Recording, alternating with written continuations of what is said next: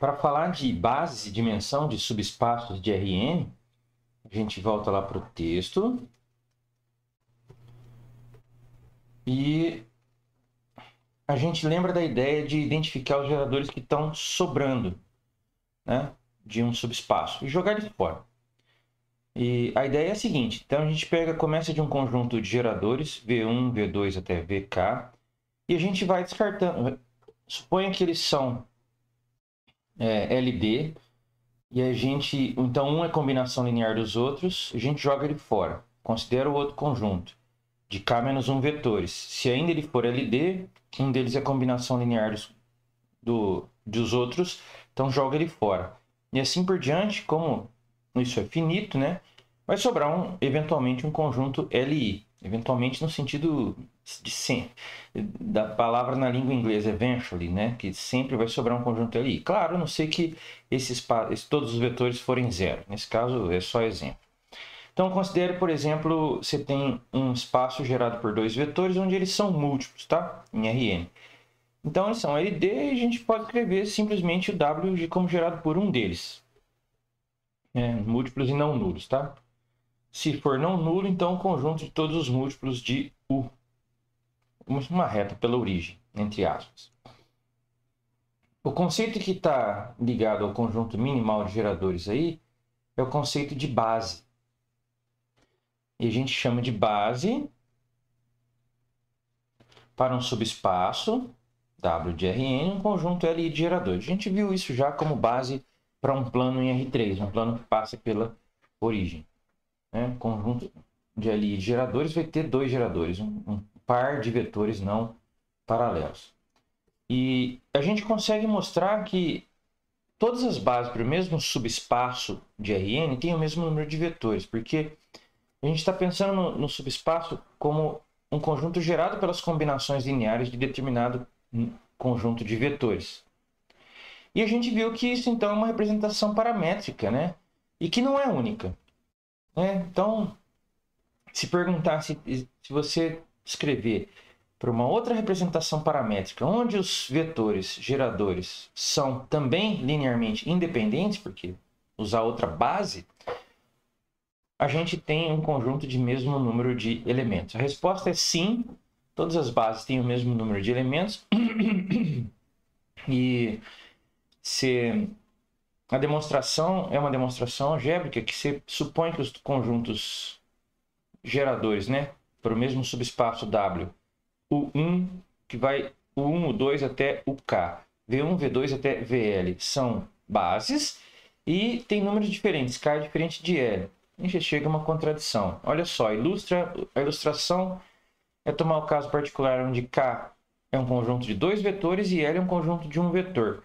Bom, nesse caso, como o 1 e o 2 estão no espaço gerado por V1, que é o VL, né?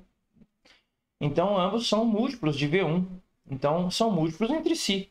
Então, LD, mas isso contradiz o fato deles serem uma base.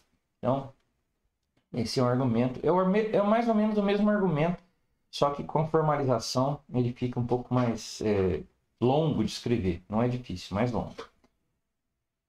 Então, esse conceito de número de elementos de uma base, né, o número minimal de geradores, é chamado de dimensão. Conceito importante em álgebra linear, chamado de dimensão do subespaço. A gente está aqui em subespaço de Rn. E a gente denota esse número por dimensão de M, dim W. Aqui alguns exemplos, ó.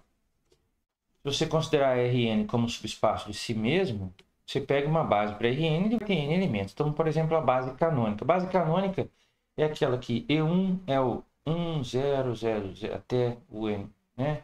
O E2 é 0, 1, 0, 0, até o En, né? Imitando o que a gente fazia com base canônica para R2, R3. Então, o Rn tem dimensão N. Então, o R, né, tem dimensão 1, R2 tem dimensão 2, R3 tem dimensão 3 e assim por diante. Um plano pela origem de R3 tem dimensão 2, porque eu sei construir uma base para ele com um par de vetores não paralelos, dois vetores não paralelos. Uma reta para a origem de R3 tem dimensão 1, porque uma base para reta é um vetor diretor. A dimensão do espaço, subespaço trivial, né, subespaço nulo, é zero, independente do espaço ambiente. Esse aqui é o vetor nulo em qualquer espaço ambiente que tem lá. O algoritmo para calcular a dimensão de um subespaço é identificar primeiro um conjunto de geradores e depois descartar o que estão sobrando, né? Até chegar num conjunto ali. Por exemplo, olha só. Esse subespaço W faltou igual aqui, né? W igual, eu tenho que corrigir lá. Aliás, eu corrigi outras coisas, melhor, né? E vou salvar lá no Moodle. Tem uma coisinha ou outra que a gente mudou. É um conjunto que a priori tem 4 parâmetros livres aí, ó. Das coordenadas A mais 2B mais 3D. Segunda coordenada 2A mais 3B mais C mais 5D. Terceira, B menos C mais D. Quarta, A menos B mais 3C.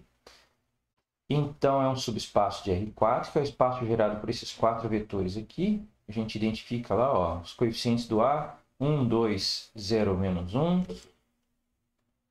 Os coeficientes do B, do C e do D. E agora a gente vê se tem mais um ou outro sobrando, né? Então, vamos verificar a dependência linear desses vetores, considerando o sistema linear homogêneo, A vezes V1, mais x vezes V1, mais y V2, mais z V3, mais w V4, igual a zero. E você vê que vai ter solução não nula aqui, tá? Porque a solução é essa daqui. Né? Só resolver esse sistema aqui e chegar nessa solução. Então, admite solução não nula. Na verdade, a solução tem dois vetores, dois parâmetros livres aí associados a vetores não múltiplos, né? L e I também. Então, o sistema admite solução não nula e os vetores de W, esses 4 aqui, vão ser LD.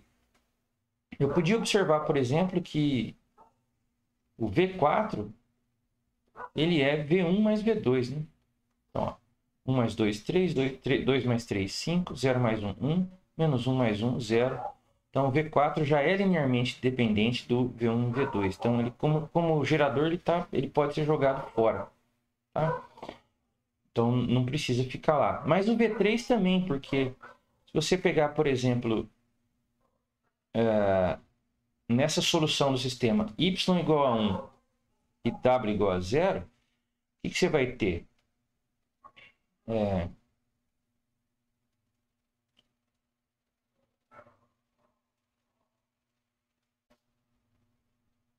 Você vai ter V3 igual a gente pode olhar, aqui está escrito aqui o que a gente tem, ó, V2 igual a 2V1 menos V3, mas V3 então nesse caso é V2 menos 2V1 menos V2, né? Então eu posso escrever V3 como 2V1 menos V2. Então o V3 também é combinação linear de V1 e V2. Então o V3 também, o que sobrou, né? Se eu já joguei fora o V4, sobrou V1, V2, V3. Esse conjunto ainda é LD, porque o V3 é uma combinação linear dos dois primeiros. Então eu posso jogar o V3 fora também e ficar só com V1 e V2. Aqui no texto está V1 e V3, mas tanto faz. Basta todas as bases têm o mesmo número de elementos, né? V1 e V3 são não paralelos, V1 e V2 também são não paralelos, então nós conseguimos duas bases para W, todas elas com dois elementos, portanto a dimensão de W é 2. Em outras palavras, lá em R4, o W é um plano que passa pela origem. Como exercícios, a interseção de dois subespaços de Rn ainda é um subespaço, né? Porque lembra que você tem que mostrar para ser um subespaço,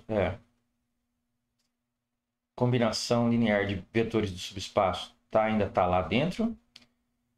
Então, calcule a dimensão da interseção de dois planos pela origem de R3 para cada possível posição relativa entre eles. Calcule a dimensão desse subespaço aqui, que é um subespaço de R3, porque os vetores têm 3 coordenadas. Calcule a dimensão do espaço das soluções do sistema homogêneo AX igual a 0, onde há essa matriz 3 por 4 aí.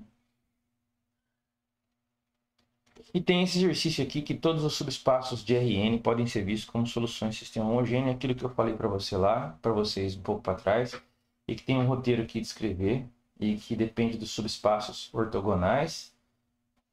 Esse aqui é um exercício legal, pensa bem nele, ó. Se W1 e W2 são dois subespaços de dimensão 3 em R4, o que a gente pode dizer sobre a dimensão da interseção? E descreva com palavras todos os possíveis subespaços de Rn.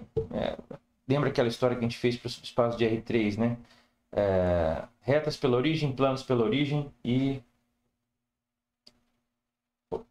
os subespaços triviais, que são o próprio ponto origem e o próprio R3.